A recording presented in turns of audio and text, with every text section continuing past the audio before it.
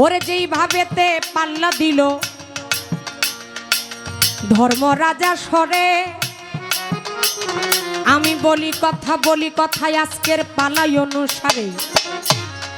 যেই ভাবেতে পাল্লা দিল ধর্মরাজ সভাতে, বলি কথা পালাই অনুসারে। গুরু আর শিষ্য বাবা দিয়া দিছে পাল্লা, বসিয়া সবাই করেন আল্লাহ আল্লাহ।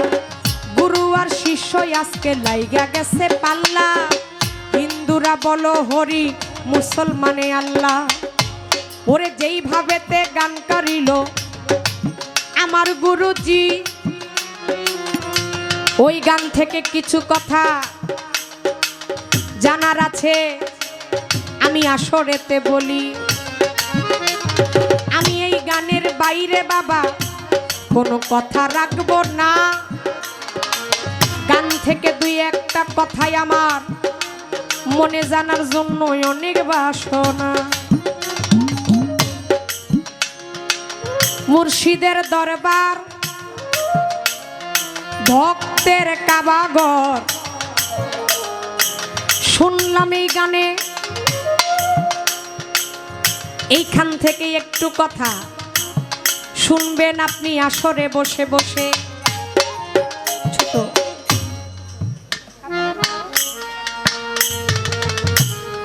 বাবা মুর্শিদের দরবার ভক্তের জন্য সেটা কাবা স্বরূপ। এখন আমার এখান থেকেই একটু আপনাদের কাছে জানা থাকবে, আমরা অনেকেই তো যার সামর্থ্য আছে সেই কাবা ঘরে হজ করছি না, হয়তো এখানে দুই একজন খুঁজলে পাওয়া যাবে, কিন্তু আমি হাত তুলেন আমি এইটা বলবো না, কারণ এটাতে অনেকেই খুশি হয় আবার অনেকেই বেজার হয়। অনেক জায়গায় কয় দেখ সে হাজি মানুষ হইয়া সে গান শুনতে আইছে, এরকম বলে না বাবা। এই জন্যই আমি আপনাদেরকে একটা কথাই বলবো, এখানে আমরা অনেকেই আছি যারা হজ করতে গিয়েছি বা আমরা যারা হাজি,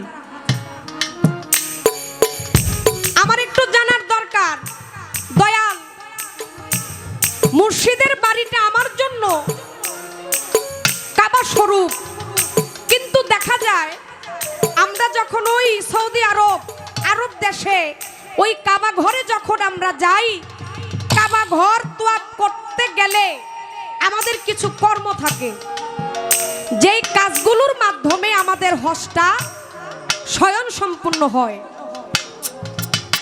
যেমন কাবা ঘরে গেলে কাবা ঘরের একটা পাশে মোকামে ইব্রাহিম আছে, যেখানে 2 রাকাত নামাজ আদায় করতে হয়। কথা কি ঠিক কিনা বাবা? এর পাশে আসওয়াব নামক একটা পাথর আছে, যেই পাথরে চুম্বন করতে হয়। আবার এই কাবা ঘরটা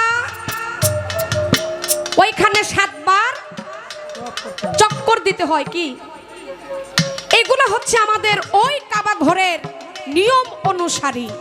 তাহলে মুর্শিদের দরবারটা যে ভক্তের জন্য যে কাবার সমতুল্য, সেটা যে কাবা ঘর। এখন আমার এখানে জানার বিষয়, আমি আমার মুর্শিদের দরবারে গেলে আমার ওই দরবারের কোন পাশে মোকামে ইব্রাহিম জায়গাটা, ওইখানে যে 2 রাকাত নামাজ আদায় করতে হয়, আমার ওই গুরুর দরবারে মোকামে ইব্রাহিম যেই জায়গাটা, ওইখানে কি নামাজ পড়ার কোনো বিধিবিধান আছে কিনা? যদি বলেন হ্যাঁ আপনার ওই গুরুর বাড়িতে ওই কাবা ঘরে আপনার নামাজ পড়ার বিধিবিধান আছে, তাহলে আমি সেই নামাজটা কিভাবে আদায় করব? আর আমরা কাবা ঘরে যখন যাই, যখন ওই আসওয়াব পাথরে যখন আমরা চুম্বন করি, আমরা জানি আমাদের গুনাহ খাতাগুলো আল্লাহ পাক মাফ করে দেয়। এখন মুর্শিদের দরবারে গিয়ে আমি কোন জায়গায় ওই আসওয়াব নামক যে পাথরটা, আমি পাথরটা কিভাবে চিনবো? এটা কোনটা ভাববো, কোনটা ভাইবা আমি ওটাকে চুম্বন করব? আর এখানে ওই যে ওই কাবা ঘরটা 7 বার চক্কর দিতে হয়। আমার মুর্শিদের দরবারে কি ওই রকম কোনো সিস্টেম আছে কিনা? হ্যাঁ, আপনি আপনার মুর্শিদের দরবারে গিয়েও ওই কাবা ঘরটা আপনি এতবার চক্কর দিবেন। এটা হচ্ছে আমি আপনার গান থেকে আমি কথাটা রাখলাম, কারণ মুর্শিদের দরবারটা যদি ভক্তের জন্য যদি কাবা সমতুল্য হয়, তাহলে আমার জানার দরকার ওই কাবা আর এই কাবা আসলে বিধিবিধান কি এক কিনা।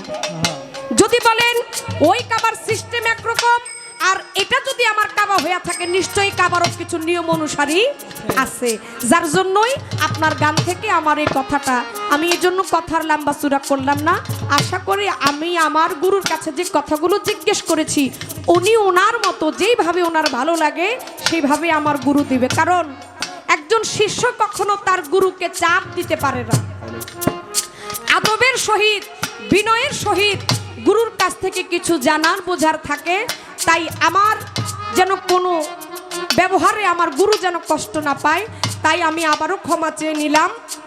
গুরুর যেন মন থেকে একটু এই শিষ্যের প্রতি যেন দয়া কৃপা।